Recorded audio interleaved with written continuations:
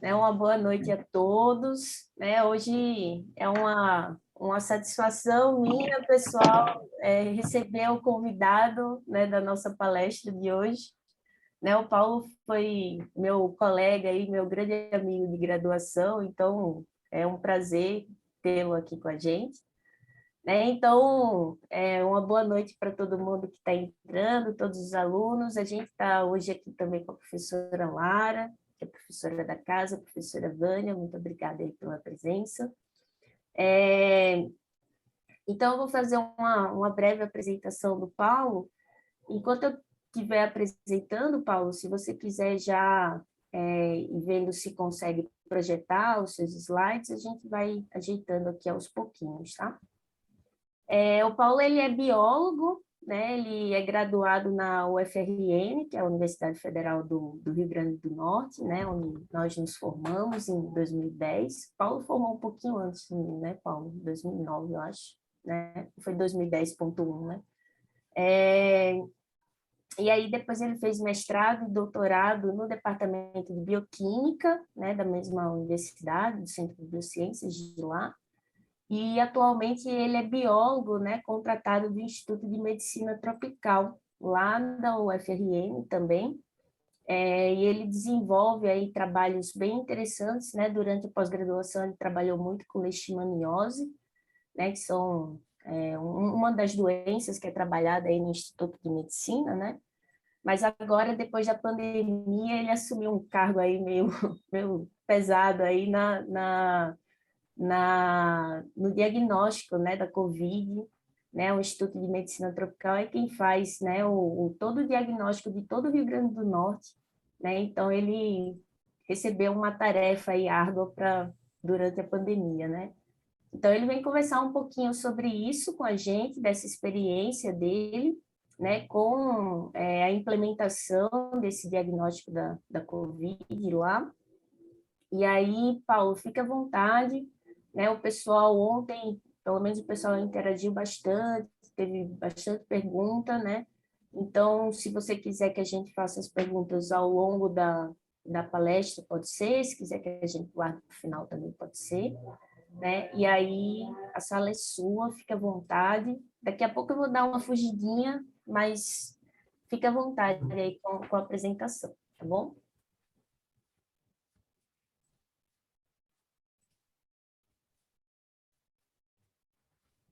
Eu acho que ele Ele caiu. caiu. Ai, meu Deus. Tipo, na hora que eu terminei, ele caiu. Acontece. Acontece. Vamos só esperar ele voltar e a gente começa. O pessoal ainda está entrando também, né? Sim. Bom que aguarda um pouquinho.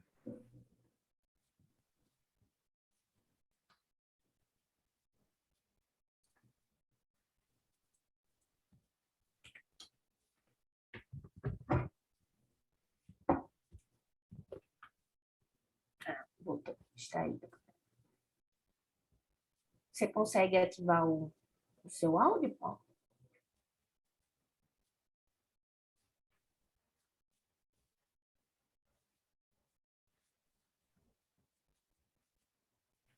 Acho que agora foi.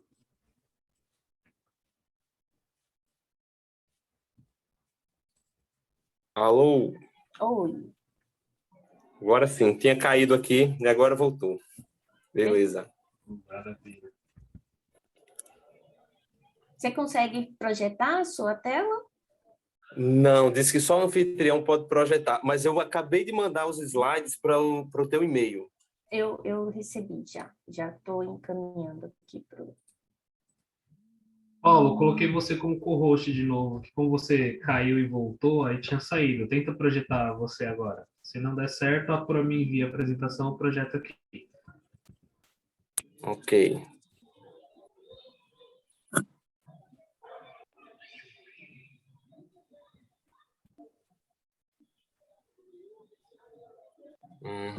Não, ele está dizendo que não vai deixar, porque é um PowerPoint, teria que ser um PDF. Ah, ok, sem problemas. O Nicolas já está recebendo aí a apresentação. Tá? Na verdade, assim, são só uns slides para guiar um pouco do que eu vou falar, mas que também dá para gente ir sem. Não se preocupe com isso, não. Então, pessoal,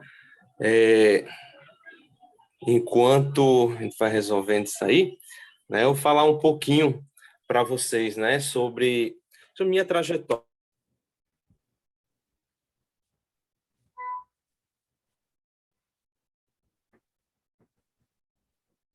Acho que travou. Foi travou a dele lá. Né? A minha também não está muito boa aqui.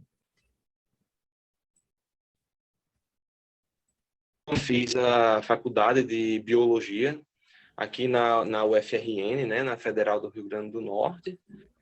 Foi um curso que eu entrei sem saber ao certo se era o que eu queria, se ia dar certo, se eu ia gostar.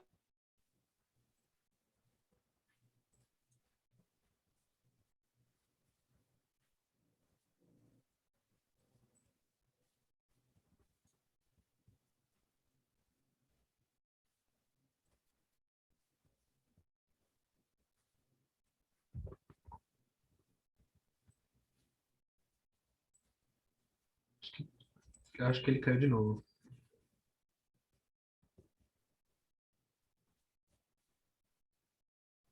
Talvez o vídeo esteja pesado, né? Poderia falar para ele se estiver pesado, para deixar só, né, na fala e depois ele. Pronto. Estão me ouvindo? Tá, de vez em quando, Paulo, tá travando um pouco. Se quiser, se você achar que fechando o vídeo fica melhor, né, em termos de Certo. conexão, pode Tá tentar. bom. E aí o pessoal vai Beleza. ouvindo. E aí eu vou falando aqui. Qualquer coisa vocês podem levantar a mão aí. Tá bom, deixa eu. Beleza. Então, como estava dizendo para vocês, né, eu comecei a faculdade de Biologia, né, aqui na Federal do Rio Grande do Norte. Eu comecei o curso sem saber exatamente se era aquilo que ia ser, se era aquilo que eu ia gostar. Mas, com o passar do tempo, né, acabei me apaixonando pelo curso e descobrindo que era o máximo mesmo, que era além do que eu podia imaginar. E realmente eu me descobri profissionalmente, né, nessa área. E daí eu fiz a licenciatura, né, em Ciências Biológicas, lá em 2005, 2009. Foi quando conheci a professora Francileusa Delis, né, a gente fez a faculdade juntos. Depois da licenciatura, né, eu fiz o bacharelado, né, em Biologia também, né, e ali entre 2009 a 2010, eu fiz o trabalho de conclusão de curso do bacharelado. Né? E assim, eu costumo dizer que eu aproveitei o curso ao máximo. Eu fiz tudo, eu aproveitei tudo que a universidade poderia me dar. Eu aproveitei, então eu fiz monitoria, eu me envolvi em trabalho de extensão na universidade, eu me envolvi muito em trabalho de pesquisa. Então, aproveitei o máximo, né? E aí, para vocês, né, que estão fazendo o curso agora, é um conselho muito importante que eu dou. Aproveite o máximo de tudo que a universidade, que a tua faculdade, ela pode oferecer. Porque em algum momento, aquilo pode fazer a diferença para você conseguir um emprego, para você resolver um problema que pode surgir na sua vida profissional. Então, aproveita o máximo tudo que a universidade, tudo que a faculdade oferece, porque em algum momento aquilo pode sim ajudar você. Né? E logo durante, né, o início do curso, né, eu fui percebendo que eu gostava de das disciplinas de cunho molecular, né, de bioquímica, imunologia, genética, parasitologia, microbiologia. Né? Então, eu fui caminhando, né, nessa parte, nessa direção, e fui fazer um estágio de iniciação científica, estágio de pesquisa, né, no departamento de bioquímica, né, que é dentro do Centro de Biociências, né, e lá desenvolvi um trabalho, né, de pesquisa muito interessante para um início, né, de formação. Nicolas, pode passar? Próximo, por favor. Pronto. E nesse trabalho, né, que eu desenvolvi durante a época de faculdade, né? Logo ali no meio do curso, né, eu comecei esse estágio e a gente, no departamento de bioquímica, né, a gente avaliava a atividade física, a gente avaliava o metabolismo. Foi que eu fiz, né, no meu trabalho de TCC. Não sei se vocês chamam aí TCC, né, ou monografia, né, o trabalho de conclusão do curso, né, a gente avaliava, né, a atividade física, carboidratos, né, da dieta e obesidade. Aí a gente usava um modelo animal, a gente usava ratos, né, ratos Wistar, que eram as nossas espécies de cobaia. E daí a gente administrava, né, para esses ratinhos, a gente fez eles engordarem, eles ficarem bem obesinhos, bem gordos. E daí a gente administrava para esses animais 4 diferentes tipos de ração. Que a gente... Então, olha só, o biólogo colocava a mão na massa. O biólogo ia fazer a ração dos ratos, e aí eu ia lá e conseguia aquela goma, né, de mandioca. Aí pegava o amido de milho também, que era a maisena, aquela da caixinha amarela. O cuscuz, não sei se vocês conhecem aí. Né? Todo mundo conhece, né? O cuscuz, que é aquela massa de milho amarela também. E tinha a ração comercial, né? Que era a ração padrão. Então, a gente administrava, tinham 4 grupos, né, de animais que a gente dava essas diferentes rações, e a gente queria ver o efeito que esses diferentes tipos de carboidrato causava na resposta inflamatória, porque sabe-se, né, a literatura já apontava, lá naquela época, 2007, 2008, a literatura já apontava que a obesidade ela causa uma inflamação crônica no organismo do indivíduo. Né? Isso já se sabia. Né? Então, pessoas obesas são basalmente inflamadas. Ela já tem ali um perfil pró-inflamatório bem descrito. Tanto é que, até hoje, por exemplo, indivíduos, no caso de Covid, né, quando a pessoa ela tem um quadro de obesidade, ela já é de um grupo de risco. Por quê? Porque ela basalmente já tem um processo inflamatório. Né? Então, lá em 2008, a gente já trabalhava com essa ideia, né, de que a obesidade ela gera um processo inflamatório. E, na época, também, estava um boom, né, de que atividade física ela também gerava um processo inflamatório através da secreção de interleucina 6. O músculo, quando estressado, quando sob estresse, né, o músculo também pode induzir interleucina 6, que é um marcador muito importante de resposta inflamatória. Aí a gente foi atrás disso, né? Fomos tentar, né, investigar um pouco mais a fundo, né, essas inter-relações que podiam haver, né? Resposta inflamatória, exercício físico e obesidade. E aí esse trabalho deu algumas informações bem interessantes para a gente, que serviu de TCC para mim. Você pode passar, Nicolas, por favor? Pronto. Aí aqui, a gente comparou o efeito da dieta. Então, tinha um grupo de ratos que eram sedentários, eles só faziam comer, e tinha um outro grupo de ratos que eles corriam na esteira. A gente era personal trainer também dos ratos, pra vocês terem uma ideia. Então, a gente colocava o ratinho para correr lá na esteira. Né? E aí a gente viu que quando o animal ele era sedentário, né, independente do tipo de dieta, a gente não conseguiu observar nenhum efeito de redução, né, que essa dieta não causou qualquer redução no peso corporal dos animais. Quando a gente olha aqui esse gráfico que está à direita, a gente vê que esse verdinho, que é aquele que comia o amido de milho, ou seja, a maisena, né, quando em atividade física, isso fez com que eles tivessem uma redução do peso corporal. E aí a gente foi investigar uma outra coisa. Pode passar o próximo?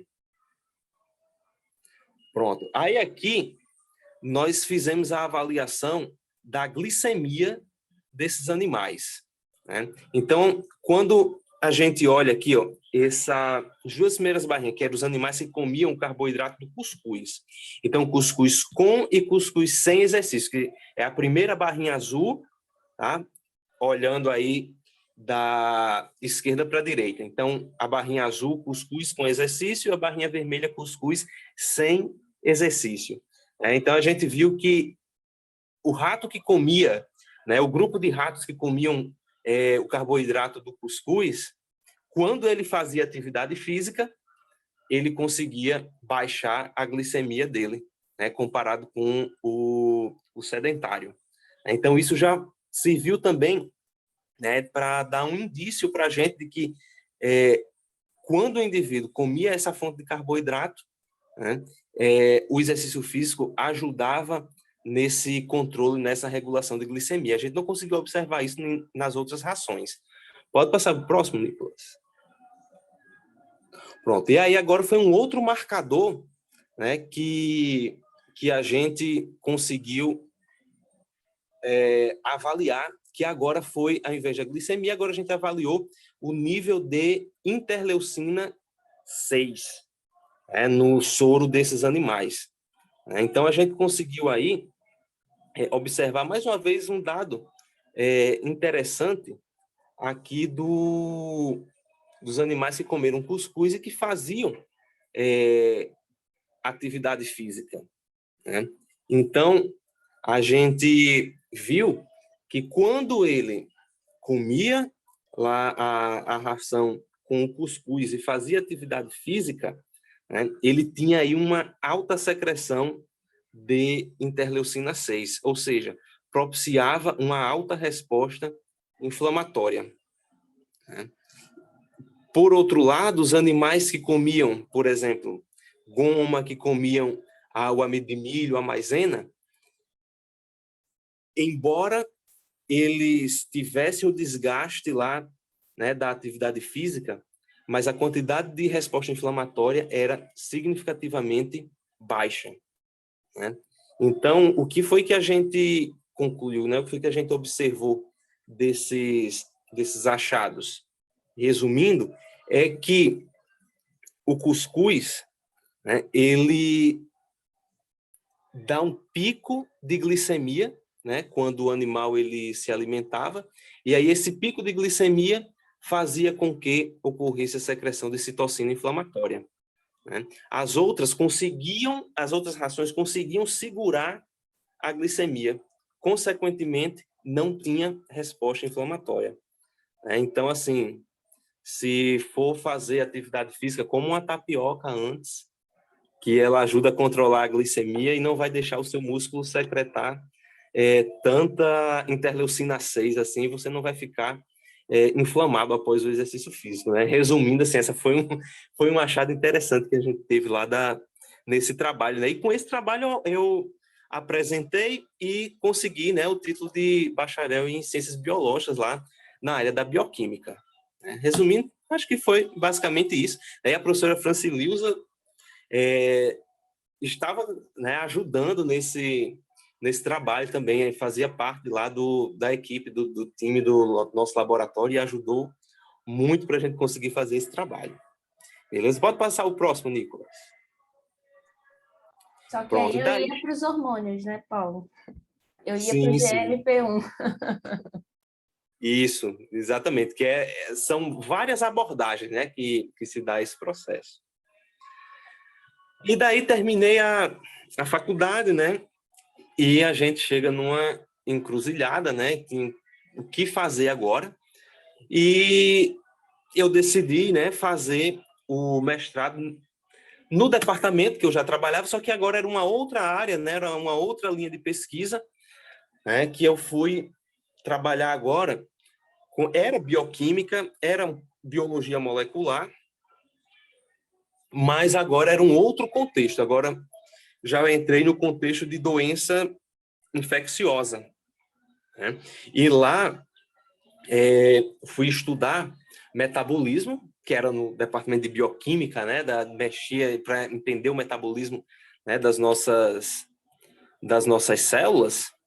E só que agora fui estudar no mestrado o efeito que a infecção por leishmania, né, causa no metabolismo de ferro, né, no caso aqui, humanos, né? Então, Quem já pagou parasitologia, aí já deve lembrar, né, da leishmaniose, que é uma doença infecto-contagiosa, na verdade infecciosa, né, e causada pela picada do mosquito, do flebotomínio, né, que é uma antropozoonose. Então é uma doença que o reservatório é o cão, mas o flebotomínio, o mosquito, ele pode fazer o repasto sanguíneo no cão, se infectar, né, com a leishmania, e agora, em um novo repasto sanguíneo em humano, ela vai lá, deixa a leishmania e daí causa a infecção pelo parasita, né? Então, ele é um parasita principalmente de macrófagos, né? E causa diversos problemas, principalmente com a função hepática, com a função esplênica. E daí eu fui estudar no mestrado o efeito, né, que a infecção ela pode ter no metabolismo de ferro, no metabolismo celular do ferro. Pode passar o próximo, Nicolas? Por favor.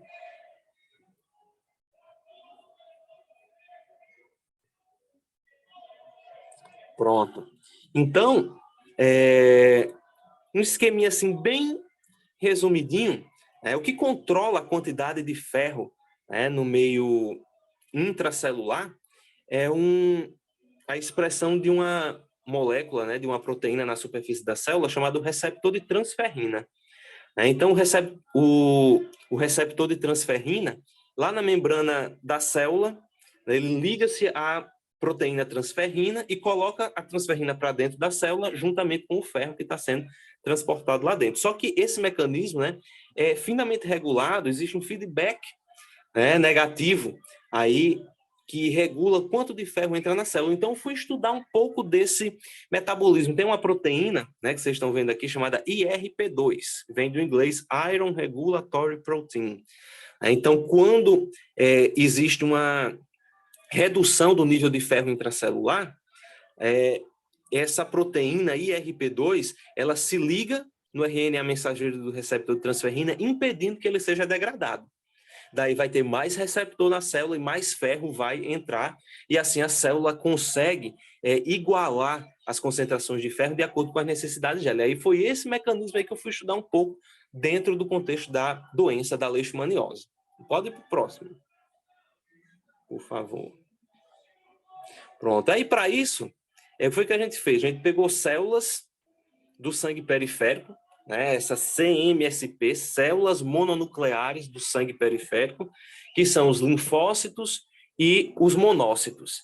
Né? Então, a gente tinha lá um grupo de indivíduos, né, de pessoas saudáveis, e a gente isolou essas células, ou seja, os linfócitos e os monócitos dessas pessoas, no laboratório, e fizemos, então, 3 grupos. Um grupo era um controle, que a gente só colocou meio de cultura.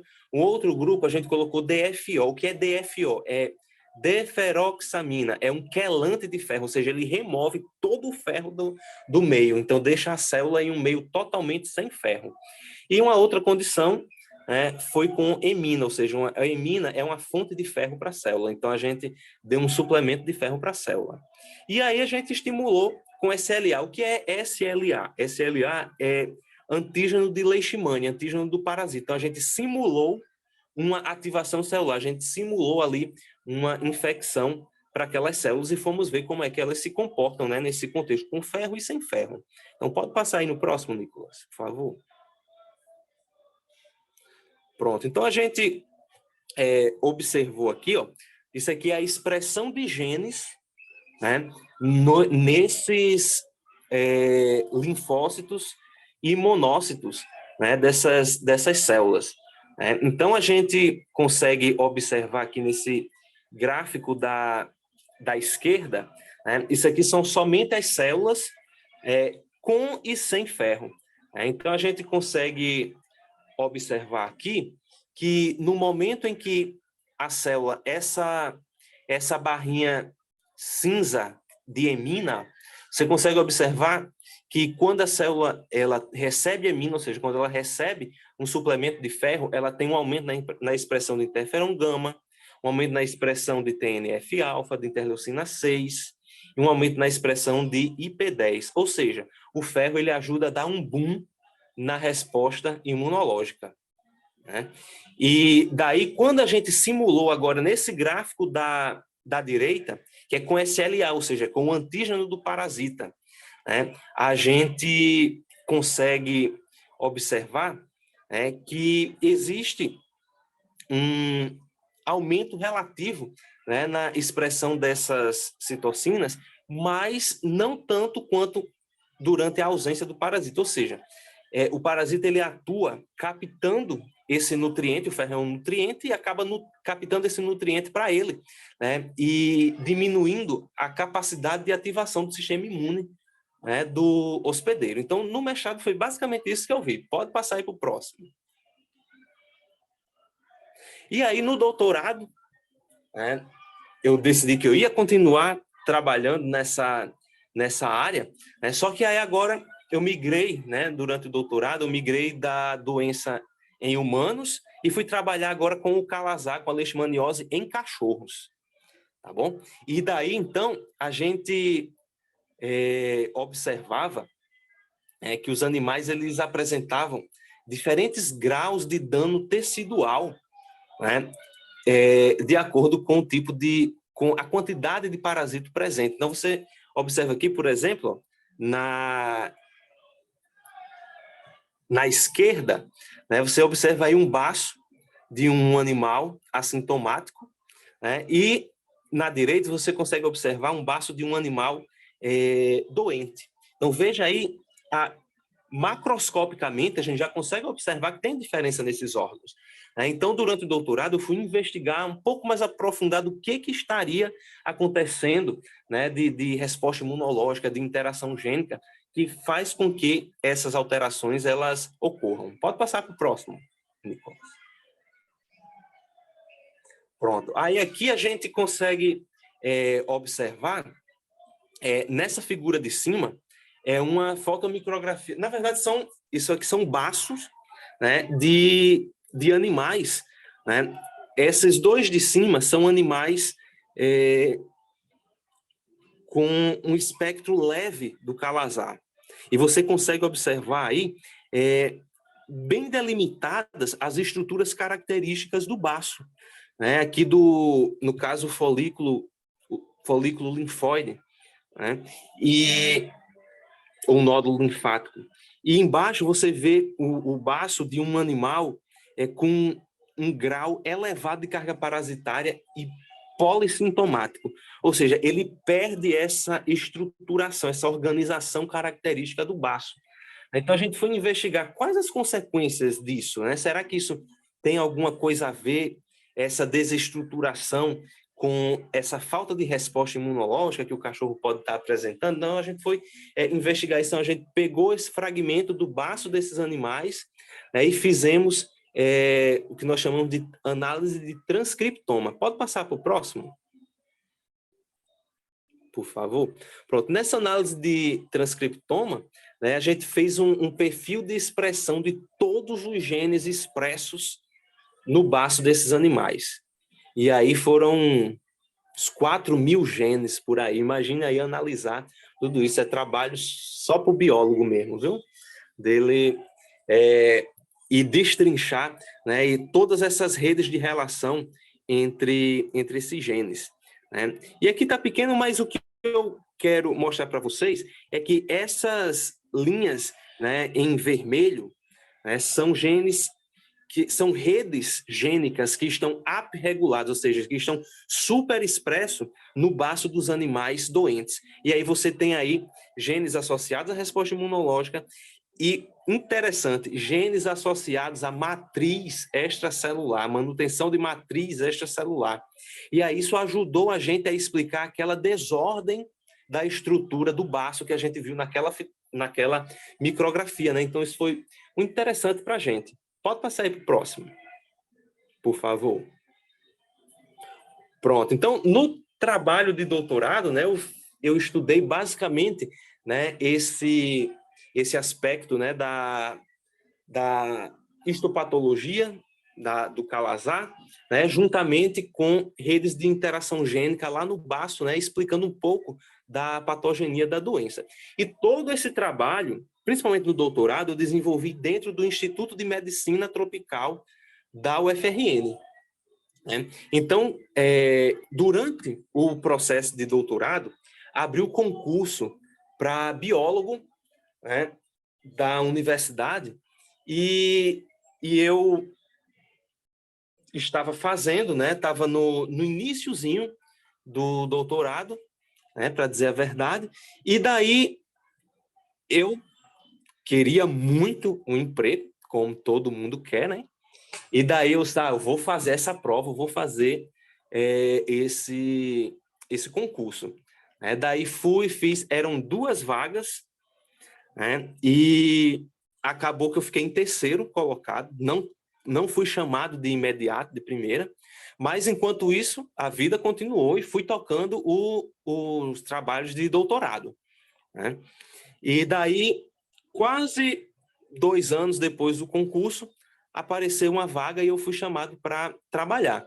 E eu já estava quase terminando o doutorado, então deu super certo.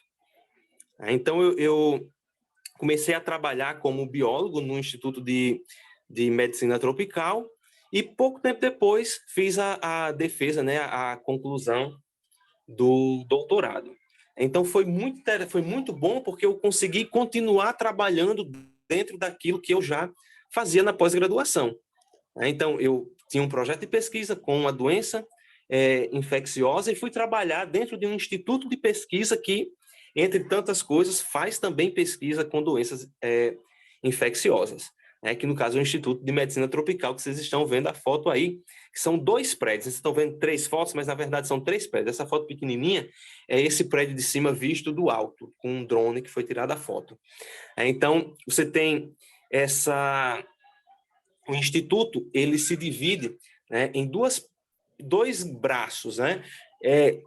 Pertence à Universidade Federal do Rio Grande do Norte. Aí você tem aqui a nossa esquerda, o Instituto que faz pesquisa clínica, a unidade clínica. Né? Lá faz pesquisa clínica com humanos, né? Lá faz atendimento com pacientes aí com todo tipo de doença infecto-contagiosa que você puder imaginar, são atendidos nesse instituto da UFRN. E, lógico, que a universidade combina, né, a assistência à saúde desses pacientes com pesquisa. Então, enquanto eles recebem atendimento médico, atendimento clínico, eles são convidados a participarem das pesquisas que são desenvolvidas no instituto. E aí, pesquisa sobre leishmaniose, pesquisa sobre HIV, malária, hanseníase, que mais que tem lá? Histoplasmose. Daqui a pouco eu vou falar um pouquinho mais sobre isso. E aqui na esquerda, né, tem o Instituto de Medicina Tropical, que é a unidade básica, ou seja, aqui é onde se faz pesquisa básica, né?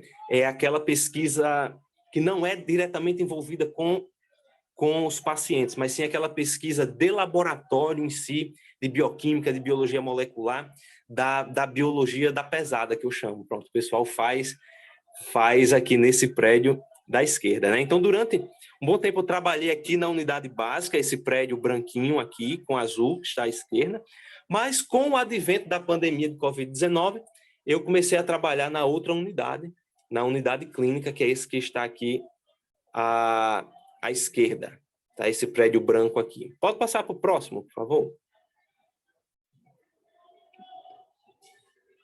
Hello. Pronto. Então, como eu já falei, lá no Instituto de Medicina Tropical, né, nas 2 unidades, a gente faz pesquisa, né, sobre imunologia, diagnóstico e genética de leishmaniose humana, de hanseníase, de histoplasmose, de HIV, entrou também de gaiata em umas neuropatias. Então, o Instituto, ele hoje é uma referência, né, em nível talvez até de Nordeste, Norte e Nordeste, né, em pesquisa em doenças infecciosas, doenças contagiosas, e tem muitos biólogos que fazem parte dessa história lá com a gente, né? Eu sou apenas um deles, né? Mas tem muitos biólogos que trabalham lá com a gente e se encaixam, né, se inserem dentro de alguma dessas linhas, né, que nós temos aqui. Pode passar para o próximo. Por favor. E daí, em 2020, né, em março de 2020, nós enfrentamos o nosso maior desafio, né, como instituto até agora, que foi o enfrentamento, né, da pandemia de Covid-19. Então, a pandemia pegou todos nós de surpresa, né, desprevenidos, como sempre, né? Então, apesar da universidade ter uma infraestrutura, ter algum recurso, mas não era suficiente, nada era suficiente para enfrentar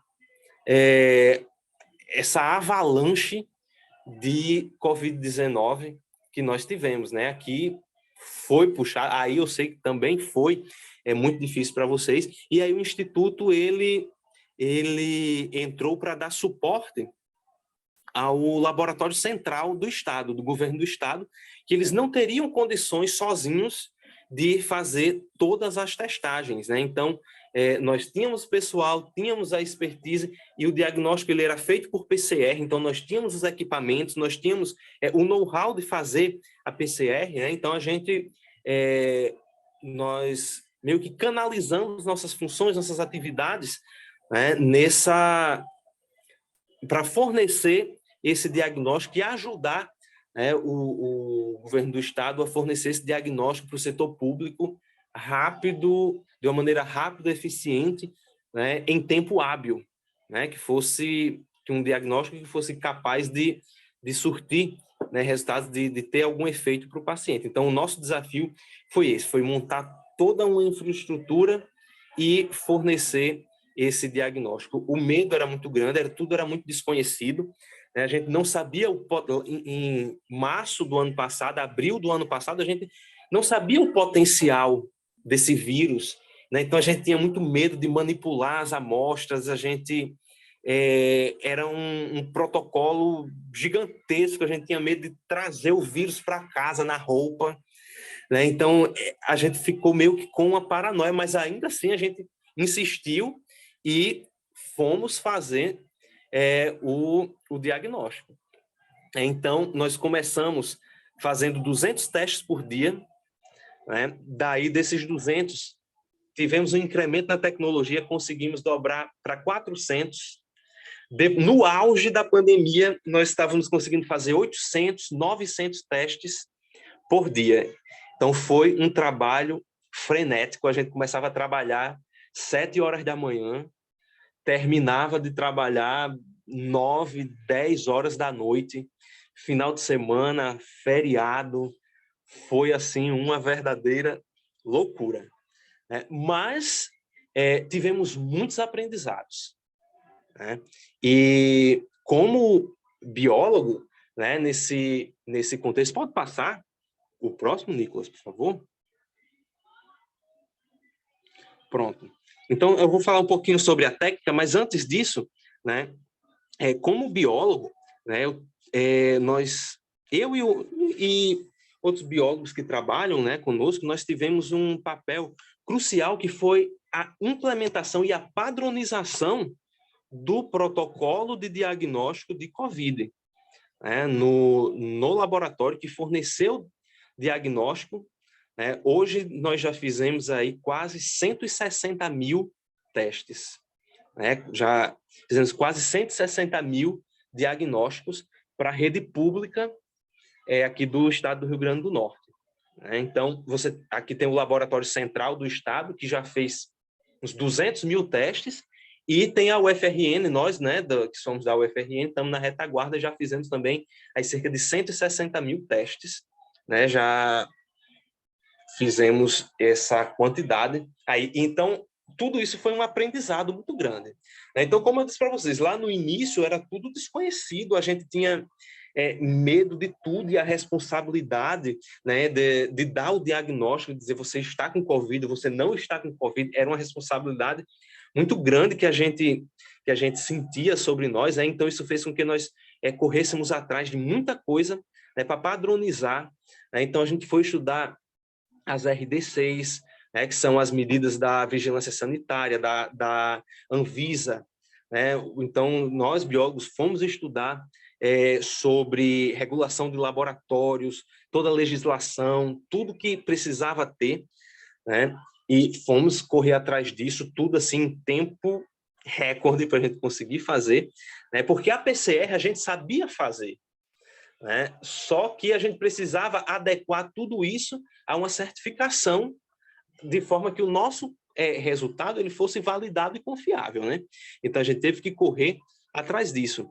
Então, a gente foi padronizar a técnica da PCR, né? Então, não sei quantos de vocês, né, já tiveram a oportunidade de ouvir falar sobre a técnica da PCR. Agora ela se popularizou bastante, né, depois da pandemia, porque ela foi tida aí como padrão ouro, né? Mas a PCR ela vem do inglês, né, Polymerase Chain Reaction, ou seja, é uma reação em cadeia da polimerase, né? E ela serve para nos mostrar, né, se existe a presença ou não de um dado material genético em uma amostra. No caso, né, a gente tentava identificar presença de material genético do vírus, do coronavírus na amostra.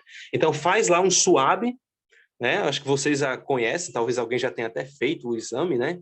Super desconfortável, né, para quem já fez, porque o swab ele precisa tocar a mucosa nasal, né, do indivíduo, porque é lá naquela mucosa nasal que a gente vai encontrar o vírus. Então, daquele material biológico é feito um processamento onde se extrai o RNA da célula, né? Então, se existir coronavírus ali, quando você extrai o RNA, você vai extrair RNA, além da célula humana, você vai extrair RNA também do vírus, né? Consequentemente, você vai fazer a sua reação de PCR usando como base esse material, né, do swab nasal. E aí você vai usar uma sequência, né, de nucleotídeos que foi conhecida, uma sequência previamente conhecida, que dá a especificidade, né, da sua reação. Então, lá pelo meio de fevereiro do ano passado, né, quando o vírus já estava se disseminando na China, na Europa e chegando nos Estados Unidos, que aqui demorou um pouquinho mais a chegar. Quando, lá por fevereiro, foi que os americanos fizeram. Pegaram o vírus, isolaram e sequenciaram todo o genoma do vírus.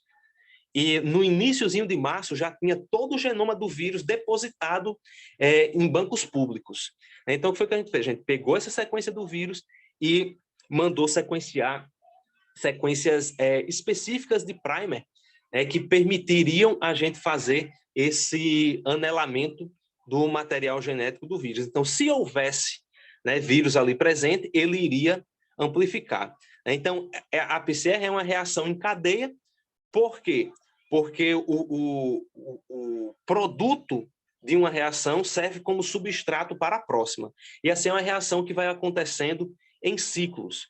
Como você pode ver nessa tabelinha aqui, ó, no ciclo 1, você vai ter ali 2 cópias originalmente, supomos. No ciclo 10, você já vai ter 1024 cópias, e assim vai crescendo de forma exponencial. Então, se você tiver uma pequena quantidade de material genético do vírus ali, você consegue amplificar de forma que isso seja detectável pelo equipamento, e ele vai dizer se tem material do vírus ali ou não. Ou seja, se a pessoa está infectada pelo vírus ou não. Pode passar o próximo, Nicolas, por favor. Pronto, aqui, ó, mais uma vez, mostrando que a quantidade de cópias do material genético, ele vai aumentando de acordo com a ciclagem, né? Então, se você tinha ali, vamos supor, uma cópia do material do vírus, né, você consegue aumentar a quantidade desse material de acordo com os ciclos de temperatura que eu vou mostrar daqui a pouquinho para vocês. Pode passar o próximo, Nicolas. Então, o que a gente precisa, né, para fazer uma reação de PCR? Ela é como se fosse um processo de replicação, só que in vitro. Quem já pagou biologia molecular, genética molecular, e vai lembrar, né, o processo da replicação.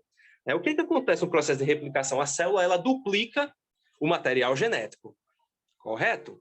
Então, para que a célula duplique o material genético, ela precisa ter uma fita molde, não é isso? Que, no caso, o DNA ele vai servir, né, de molde para si mesmo.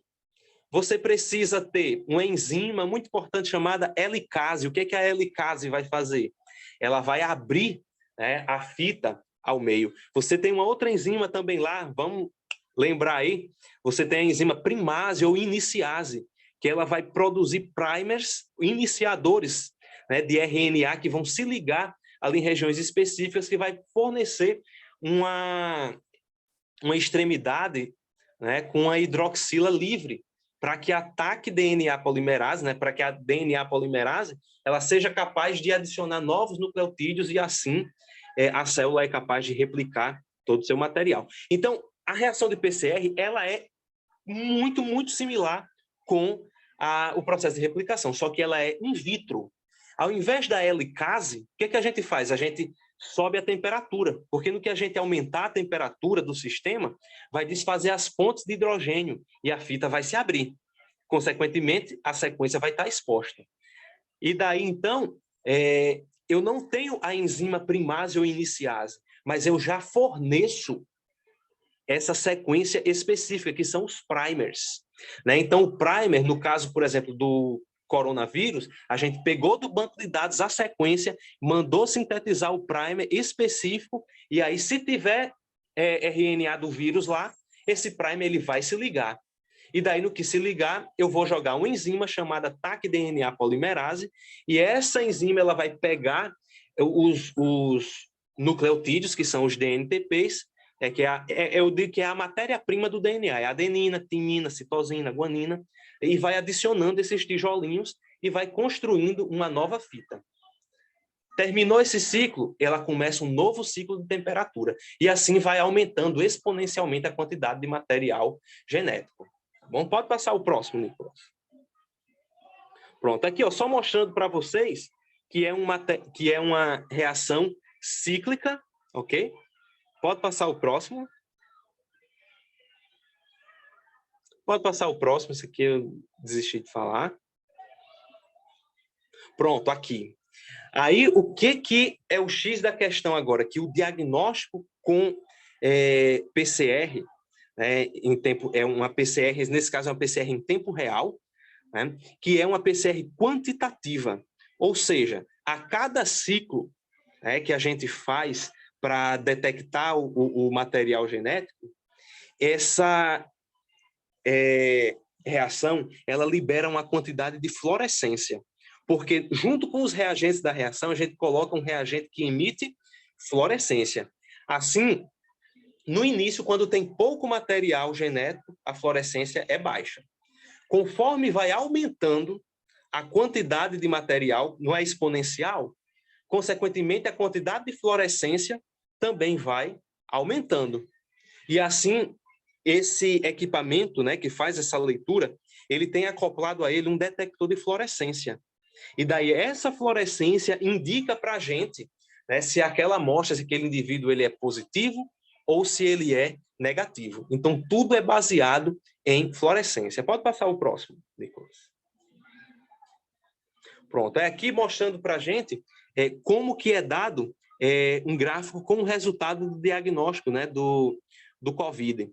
Então, se o indivíduo é negativo, você não vai ver essas curvas subindo. Ó. Observa que você tem aqui nesse gráfico, no eixo Y, tá? Você vai ter aqui a fluorescência. No eixo X, você vai ter o ciclo. Então, observa que no ciclo 1, lá no início, ciclo 2, ciclo 3, ciclo 4, você tem apenas ruídos.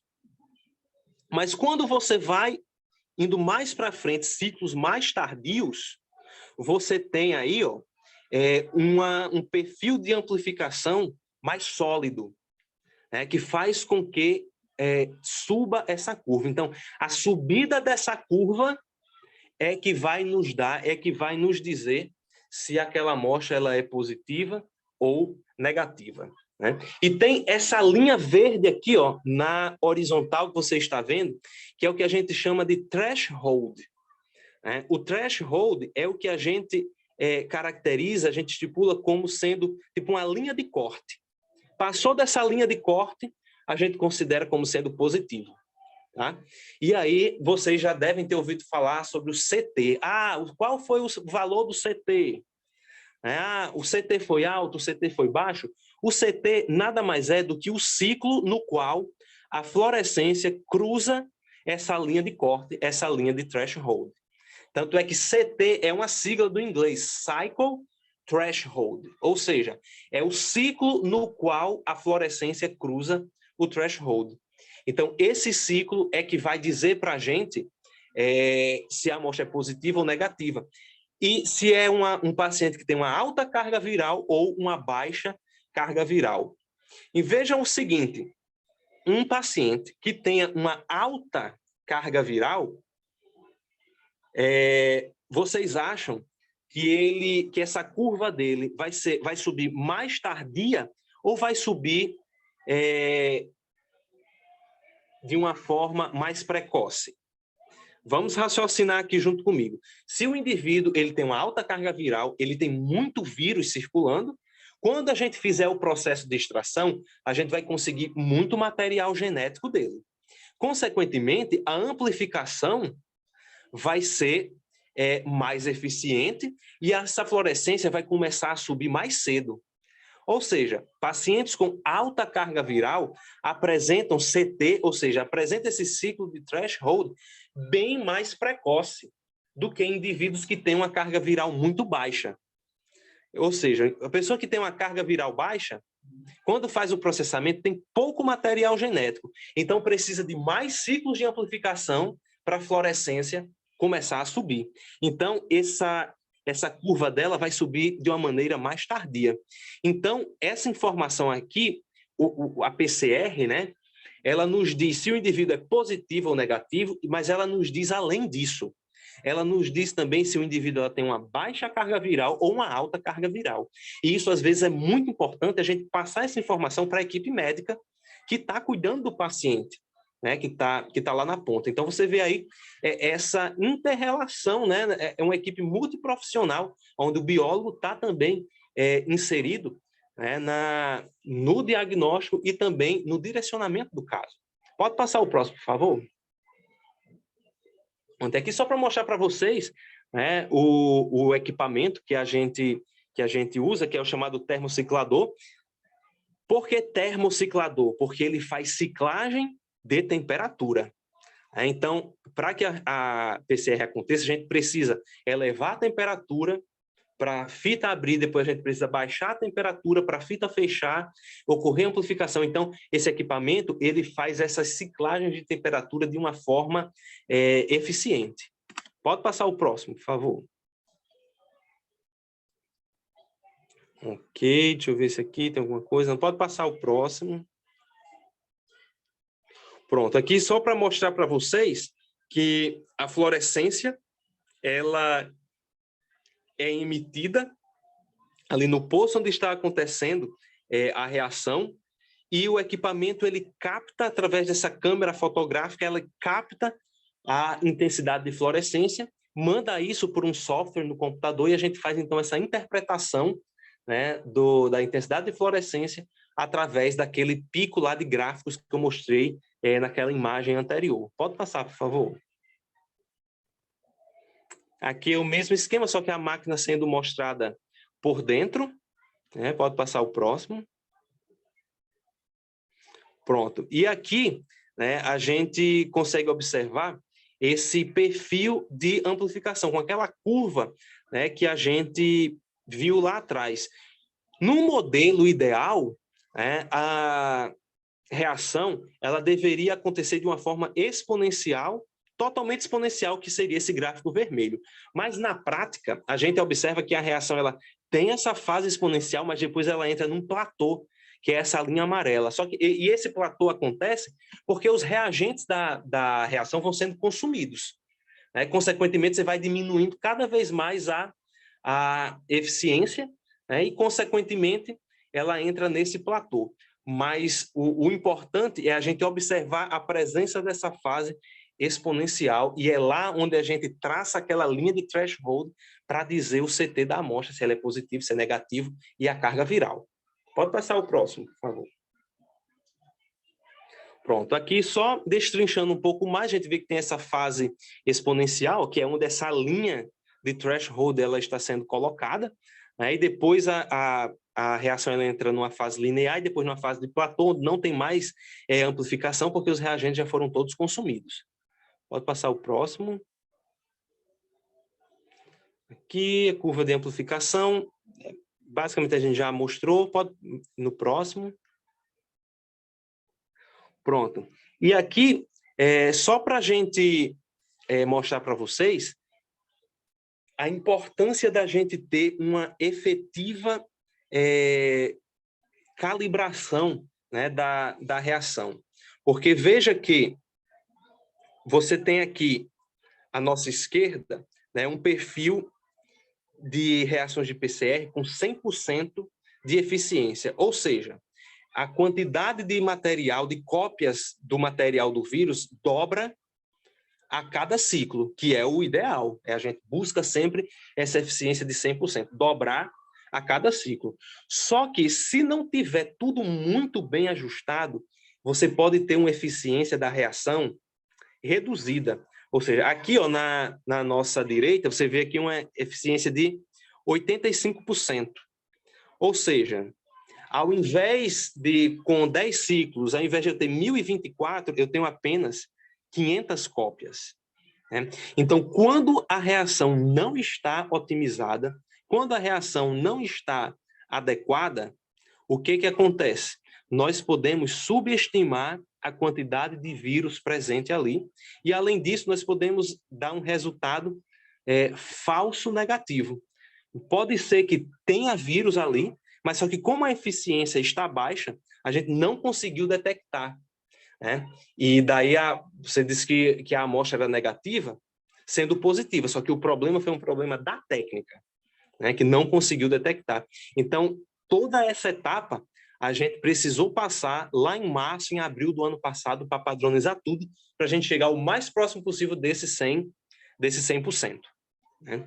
Então, foi essa maratona que a gente enfrentou, que nós biólogos lá, junto com todo o pessoal da equipe, enfrentamos de padronização de todas essas técnicas para fornecer esses resultados. Pode ir lá no próximo, por favor. Pronto. E aqui eu quero só colocar para vocês, né, algumas perspectivas, né, para o biólogo. Claro que eu coloquei a perspectiva dentro do universo que eu trabalho, né? O campo do biólogo é muito mais vasto, é muito mais além do que isso que está aqui. Mas hoje em dia, diagnóstico molecular é algo que tem sido cada vez mais requisitado, né? E hoje em dia existe também até a chamada medicina personalizada. E o que é a medicina personalizada? O médico ele vai passar um medicamento, um tratamento para o indivíduo de acordo com o seu perfil genético. E quem é que faz essa identificação do perfil genético? É o biólogo. Né?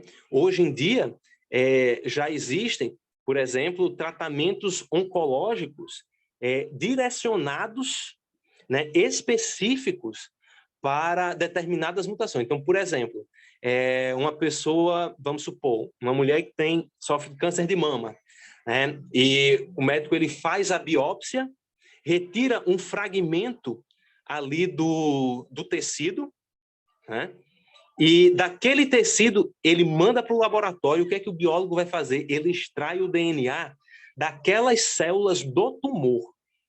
E ali ele consegue identificar naquelas células do tumor qual é o tipo de mutação. Porque câncer de mama, por exemplo, são vários tipos de mutação, não é só uma mutação. E aí o biólogo ele faz essa extração, faz esse sequenciamento, identifica a sequência, manda para o oncologista, e aí o oncologista ele vai decidir qual é a droga melhor que vai responder para aquele tipo de tumor, para aquela mutação específica. Então, veja aí que campo amplo que existe hoje aí para o biólogo. Laboratórios aí de pesquisa. No cenário brasileiro, a pesquisa ela é basicamente no setor público, né? A pesquisa na iniciativa privada, ainda no Brasil, ainda é muito incipiente, né? Mas se você pensar em outros países, Estados Unidos, Europa, você vai ter muitos biólogos inseridos na iniciativa privada em laboratórios, em institutos de pesquisa, né, renomados aí internacionalmente. No Brasil, a pesquisa, infelizmente, ainda é muito restrita ao setor público, né? Às universidades, a Fiocruz, Instituto Butantan, né? Então, você tem esse espaço também no setor público. E você tem também um boom aí na pesquisa genética humana. Hoje eu fui fazer uma pesquisa aqui e vi que tem para vender aí por R$ 499 esse kit que você faz um swab lá no seu nariz, igual o swab do Covid. Manda num tubinho pelo correio para essa empresa nos Estados Unidos, via FedEx, e lá ele faz todo o seu mapeamento genético, sua árvore genealógica, ele identifica SNPs que você pode ter de predisposição para vários tipos de câncer, predisposição para diabetes, se você responde melhor a quais classes de medicamento. Quem é que faz isso? É o biólogo, né? Então, isso está cada vez mais se popularizando e dentro de algum tempo, isso vai chegar aqui ao Brasil, né? Então, se o mercado encontrar biólogos bem preparados, e que saibam, que tenham esse know-how de genética, de biologia molecular, com certeza vai ter onde esse biólogo está inserido no mercado. Então, é o que eu digo para vocês, aproveitem cada oportunidade que tem na faculdade, porque lá na frente isso pode fazer diferença para vocês. Então, acho que era isso que eu tinha para falar. Pode ver aí o próximo, por favor? Pronto, era isso que eu tinha para falar para vocês. E desejar que vocês façam um ótimo curso, que aproveitem o máximo de cada disciplina, de cada professor, e que sejam anos de aprendizado. Sei que deve ter gente aí do começo do curso, né, do meio do curso, então que seja uma escolha profissional boa, feliz para vocês. E aí, se vocês quiserem perguntar, falar alguma coisa, estou aqui disponível, beleza?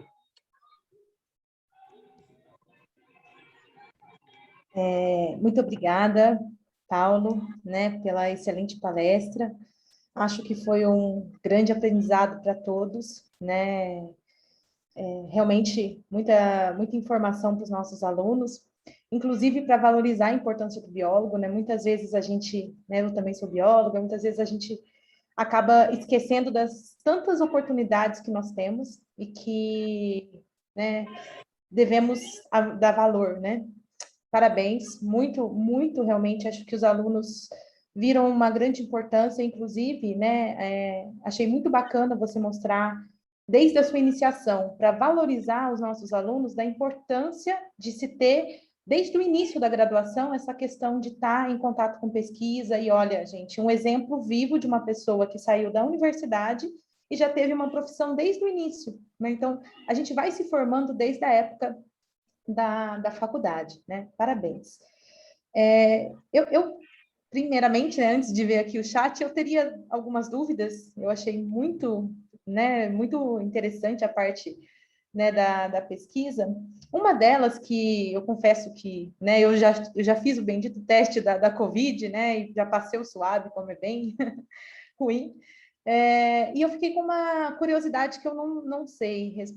Gostaria de saber se você poderia me dizer, quando vocês fazem o teste, por exemplo, se é uma mutação dessas novas, vocês têm algum tipo de primer que ele consegue pegar todas as mutações? Ou vocês têm que fazer vários testes para conseguir diferenciar os tipos? Então, hoje já existe no mercado kits específicos que permitem a diferenciação, né, da variante, né, se é a gama, se é a delta, né? Mas esses kits são extremamente caros ainda. Vai baratear, com o passar do tempo vai baratear, mas hoje eles ainda são caros. Então, na rede pública, no setor público, nós não temos disponível esse kit que permite identificar as variantes. laboratórios particulares, eu sei que eles já fazem, né? Mas o Instituto, né, de Medicina Tropical, aqui onde eu trabalho, nós temos recurso de pesquisa, CNPq, CAPES, né, aonde foi adquirido alguns desses kits, né, com fins de pesquisa. Então, por exemplo, nós recebemos, no cenário atual de pandemia aqui em Natal, nós estamos recebendo em média 400 amostras por dia. Então, nós não temos kit suficiente para testar todas as 400 e dizer quais são as variantes, né? Então, a gente testa as 400 para dizer se é positivo ou negativo.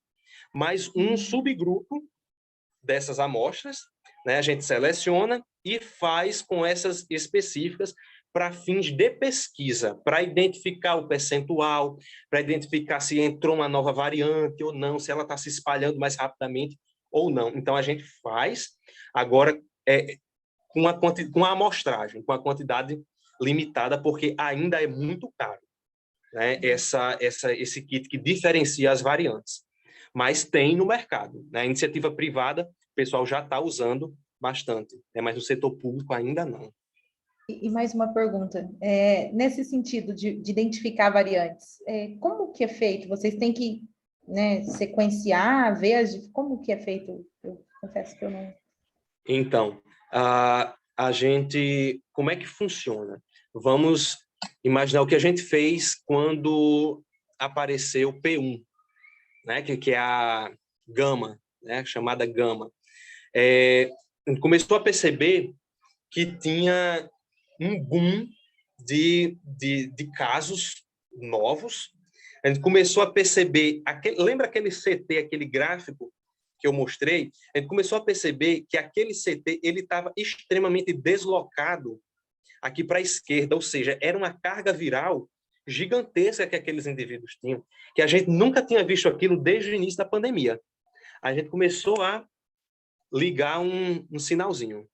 Daí o que a gente fez? A gente selecionou essas amostras, né, que a gente percebia que destoava da grande média, e daí tem um laboratório parceiro nosso, que é particular, né, mas eles gostam muito da pesquisa, e assim, aí eles não cobram quando é de pesquisa assim para a gente, né, a gente manda uma coisa assim, eles não cobram. Aí a gente mandou para lá e eles fizeram o sequenciamento. Então, pegou aquela amostra, fez todo o sequenciamento, mandou para a gente. Aí a gente agora, no Instituto, fomos para os bancos de dados do NCBI, do PubMed, que é lá do NIH, dos Estados Unidos, que eles depositam, né? E fomos conferir, né, todas aquelas sequências que eles nos mandaram.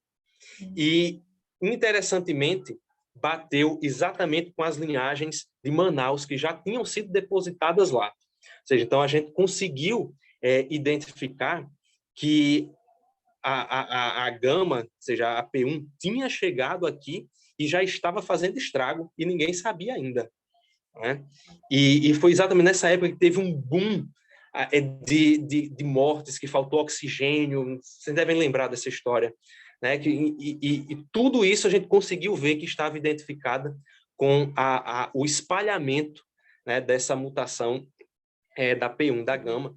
E nós estamos trabalhando hoje, essa semana também, com agora a Delta. Só que a Delta nós temos um grande aliado ao nosso favor, que é a vacinação, né? Que lá atrás, quando foi a gama, a gente não tinha, né? Então a vacinação era muito incipiente ainda, não tinha. Hoje, nós já temos boa parte da população vacinada, e a gente já chegou à conclusão que aqui no Rio Grande do Norte, né, cerca de 50% a 60% dos casos atualmente são causados pela variante Delta, ou seja, ela está aí espalhada, mas como a população está, né, boa parte já imunizada, então a gente não tem observado a quantidade de internamentos, de óbitos, né, a tragédia que a gente viu lá atrás, em janeiro, em março, abril e no ano passado, né, devido a essa imunização, né, que nós temos tido. Mas é sequenciamento, a gente faz o sequenciamento do gene, compara com bancos de dados, e daí são softwares, né, que faz isso com a gente. Para a gente é o que a gente precisa ter o olhar biológico, ter o feeling, para saber se aquilo que o software fez, se aquilo faz sentido do ponto de vista biológico, né? Esse é o papel do biólogo, é saber interpretar a informação baseado nos seus conhecimentos de biologia. Obrigada. Pessoal, se vocês tiverem alguma dúvida que vocês quiserem, pode escrever no chat, se vocês quiserem ligar o áudio, pode ficar à vontade, né? Temos aqui um tempinho para justamente tirar as dúvidas de vocês, aproveitem, né, que não é todo dia que temos um especialista, olha que bacana, tantas informações, né, tantas dúvidas que a gente tem, eu mesmo tenho várias nesses sentidos, né, e é bem bacana a gente poder ter um contato com uma pessoa que trabalha nessa área, né. Bom, uma outra pergunta também, Paulo, quando você estava finalizando, né, seu doutorado, que você fez esse concurso, como foi, assim, para você como biólogo? É uma área, né, que lá você conseguiu achar muitas nos concursos, por exemplo. É muito parecido com a parte, né, de biologia molecular, quando você faz um concurso específico? É mais voltado para a área de biologia mesmo? Essa Então, parte de isso concurso? vai depender, né, do perfil do biólogo que eles querem, né, do perfil do biólogo que eles precisam. No caso, quando eu fiz a prova, né, por sorte, eles queriam um biólogo que trabalhasse com biologia molecular. E aí eu dei essa sorte de ser a minha área de formação, né? Eu tinha feito o mestrado, trabalhado com biologia molecular, estava ali começando o doutorado também com biologia molecular, mas a prova, embora ela caiu bastante coisa de biologia molecular, mas também caiu tudo, caiu botânica, caiu zoologia, caiu ecologia, caiu entomologia, caiu tudo que você imaginar dos 4 anos de curso. Então, o que foi que eu fiz? Aí uma dica para vocês que estão aí na luta, na labuta. Quando saiu o edital da prova com os conteúdos, faltavam 2 meses para a prova. E eu fui olhar o edital e tinha todos os assuntos que eu vi em 4 anos de faculdade. E era impossível eu estudar tudo de 4 anos em 2 meses. Aí o que foi que eu fiz? Bem, eu vou focar, eu vou estudar no que eu não sou tão bom, no que eu não sei, no que ficou com dúvida. Aí eu reconheci os meus pontos fracos. Eu fui estudar botânica, angiosperma, gimnosperma, briófita, pteridófita. Fui estudar ecologia, ciclos biogeoquímicos, relações ecológicas. Fui estudar zoologia, né, equinoderma. Vamos lá, como é o nome dos bichos? Eu não me lembro mais, tá vendo? Os equinodermos, os selenterados, todos aqueles. Eu fui estudar tudo aquilo. Aí eu digo, bem, biologia molecular, genética, imunologia e parasita, eu não vou estudar, eu vou com o que eu sei, eu vou com a cara e a coragem. E eu vou estudar essa parte que eu não domino tanto.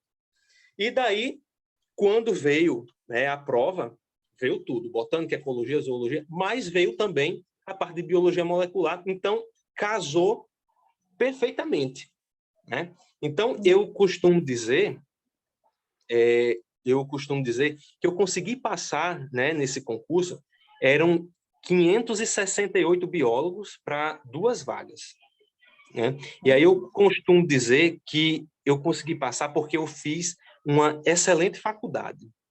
Porque se eu tivesse feito um curso mais ou menos, eu não teria conseguido em 2 meses dar conta de todo o conteúdo que iria cair na prova, né? Então, como eu estudava muito durante a faculdade, por exemplo, botânica, eu não era que eu gostava mesmo, mas eu estudava ali para pegar a base do conteúdo, né? Porque aqui eu sabia que 1 hora aquilo ali poderia me ajudar. Então, o conselho que eu dou para vocês, aproveitem o máximo os anos de faculdade, porque lá na frente vai ajudar você. Perfeito. Muito obrigada por esse depoimento. Isso é muito importante, eu falo muito com os alunos, né? Teve um dia que a gente estava fazendo uma prova e eu estava falando dos concursos, e justamente falar da importância deles ter o conhecimento dessas disciplinas que parecem básicas, mas que depois vão fazer, né, a diferença, né? Então, aqui, gente, ó, mais uma vez, a gente tem um depoimento aqui de uma pessoa que passou por isso. Isso é bem bacana para vocês verem que o curso, né, da biologia, ele tem, assim, uma ampla, né, área de atuação e que todas as disciplinas, elas são importantes, mesmo que você quer uma área específica, né? Então, nossa, Paulo, muito obrigada, isso foi, assim, realmente muito esclarecedor para os alunos, né? É uma fase que a gente está agora, né? É uma fase, nós já passamos por isso, e esse momento, né, que a gente tem tanta incerteza do que vamos fazer, como vai ser depois, né? Então, às vezes, nem prestamos tanta atenção naquela disciplina, falando que é básica, deixa para as mais específicas, né? Por exemplo, biologia molecular, muito mais interessante do que a citologia, né? Biologia celular. Mas isso é bem bacana para os nossos alunos. E para quem também quiser ingressar, né, na biologia, ter um pouco desse conhecimento e já começar o curso aí, né, prestando atenção desde as disciplinas básicas do primeiro ano, né, dar o valor, né, necessário a todas elas. Isso realmente foi muito esclarecedor. Pessoal, alguém tem mais, né, tem alguma dúvida que vocês queiram perguntar? Isso, se você entender como uma célula funciona, você vai entender bioquímica, você vai entender parasitologia, você vai entender microbiologia, você vai entender imuno, você vai entender a base da biologia, você vai entender muita coisa de botânica. Então, não podemos negligenciar, principalmente as bases, né? Você entender biologia celular é a base para boa parte do curso que vai vir pela frente. Mais uma dúvida, mais uma. Quando você estava falando da parte de pesquisa que você fez, foi a parte lá de enzimas e da parte do trabalho com os ratos, né? Depois você estava falando um pouquinho da mudança, quando você entrou no mestrado, que você vai trabalhar com leishmaniose. Como é essa questão de sair de um modelo, né, experimental que é, digamos, seguro, assim, mexer com vírus realmente, né? Como que você interpretou isso? Como foi? Para mim foi um desafio, né? Mas ao mesmo tempo foi uma época de muito aprendizado, né? Sair de uma zona de conforto, que eu poderia ter continuado fazendo a mesma coisa, vou só mudar uma coisinha aqui, né, para fazer um mestrado. Mas aí eu, tipo assim, saí da zona de conforto, fui mexer com cultura de célula, fui mexer com cultura de parasita, colocar parasita dentro de célula, avaliar a expressão de genes. Foi, assim, uma época de muito estresse, porque eu tive que me desdobrar para ler artigo, para estudar, para entender o que eu estava fazendo, né? Para entender o processo que estava acontecendo. Aí, esse que eu acho o diferencial, é você entender o que está fazendo, né? Não fazer como um robô, fazer de uma forma mecânica. E aí eu acho que essa é a beleza, né, da ciência, essa é a beleza da carreira, né, do biólogo, ele se aprofundar, sentar e estudar e entender, né, por que ele está fazendo aquilo faz sentido do ponto de vista da biologia, para o funcionamento da célula, aquilo faz sentido. Então eu fui estudar a célula, né, eu fui estudar os processos de regulação de expressão de genes lá na célula. E aí isso exigiu muito de mim, mas, por outro lado, eu ganhei muito aprendizado nessa época da minha vida. Muito bacana. Eu acho que pesquisa, né, é uma área que faz um grande conhecimento, né? Eu sou super incentivadora dos alunos a correr atrás de iniciação, futuramente depois de um mestrado, né? E um exemplo também, né? Eu fiz mestrado, doutorado, estou na área da docência, mas nem sempre, às vezes, a pesquisa é docência apenas, né? A gente tem aí um aprendizado, né? Como a gente viu aqui com o Paulo, né? Que você pode adquirir né, passar num concurso, trabalhar com a parte de pesquisa realmente, não necessariamente só na docência. E o interessante disso é que muitas técnicas, né, quando ele passou aqui com a gente, né, explicando um pouquinho de PCR para vocês, até para mim aqui entendendo mais, a gente vê que isso é uma coisa que a gente não vê, né? Não tem a oportunidade, às vezes, na universidade, porque é uma parte mais específica. E quando a gente passa dessa fase de ficar só nos conteúdos e vai para uma pesquisa, vai para uma área à parte, você adquire um conhecimento, né, que isso te proporciona muita experiência para depois você entrar num campo, né, de atuação daquela área. E isso eu acho que é de extrema importância, né, para vocês que estão nessa fase agora de iniciar uma faculdade ou finalizar um curso, né, ou mesmo quem está no meio do curso, é o momento ideal para buscar esse tipo de atitude, né, de atividade, ir atrás de uma iniciação, de um estágio, de alguma coisa que possa somar a formação de vocês, né? E eu acho muito bacana, eu quis perguntar essa questão, porque é bem bacana a gente ver, né, sair de uma zona de conforto e para outra, e também a fase de você trabalhar com ser, né, por exemplo, um animal, ou um ser humano, ou um vírus, né, alguma coisa viva, que você tem que ter, além de tudo, uma grande responsabilidade, né? Não é só mais você fazer as atividades na universidade, você tem que ter uma responsabilidade, porque daquilo ali vai sair um trabalho, vai estar relacionado com vidas, né? É uma questão aí que a gente está contribuindo para a sociedade, né? Isso é realmente maravilhoso. Parabéns. Eu sou suspeito para falar, mas a carreira de biólogo é fantástica. Vocês estão aí no melhor curso. Com certeza. Também não vou falar, né? Também sou suspeita, mas o exemplo seu é muito melhor do que o meu, porque está realmente aí, né, na atividade, trabalhando como biólogo mesmo. Isso é um exemplo muito grande para os nossos alunos, né? E acho que para quem quer iniciar também o curso, isso é uma grande iniciativa, uma grande testemunho para eles, né, verem a importância dessa profissão. Pessoal, não sei se alguém quer fazer alguma pergunta. Deixa eu só fazer algumas observações aqui, Pro. Paulo, primeiro eu quero te agradecer em nome do grupo, em nome do GBio, em nome da nossa instituição, da Faculdade de IVEPA, pela sua disponibilidade por ter vindo aqui hoje. Eu não sou da área da bio exatamente, mas eu adorei a palestra. Foi bem esclarecedora, é um assunto que está bem alto hoje em dia, e a gente entender melhor todos esses processos que aconteceram para a gente chegar no cenário que a gente está hoje, que está melhorando, né? E ainda bem, é muito importante a gente ver de onde saiu tudo isso, né? Quais são alguns, pelo menos, os processos envolvidos nessa evolução. E queria dar um toque para o pessoal que está presente, para os nossos telespectadores aqui, que amanhã nós temos o último dia das palestras da semana acadêmica. A gente vai falar um pouquinho sobre comportamento animal. Não esqueçam, tá? O horário é o mesmo, a partir das 19h30. É só acessar pelo link que vocês já receberam pelo Zoom. E eu vi o pessoal perguntando de lista de presença. Não tem lista de presença, tá, gente? Quando vocês fazem um acesso lá pelo link do Zoom, a gente já recebe a informação de que vocês estão presentes. E aí já vai para a lista automática, tá bom? Então, muito obrigada, né? Obrigada a todos, em nome da professora Fran, né, que ela teve que se ausentar um pouquinho.